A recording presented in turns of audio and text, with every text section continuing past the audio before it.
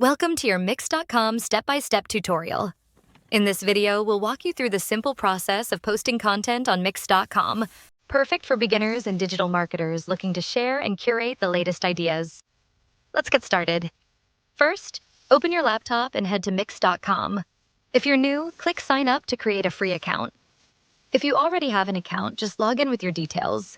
Once you're in, browse the web to find content you want to share, like an interesting blog post or article. Copy the link to that page. Now, return to Mix.com. Look for the bold plus button, usually found at the top of the screen. Click it to start a new post. A box will appear asking for your link. Paste the URL you copied earlier into this box. Mix.com will automatically pull in a preview of your content.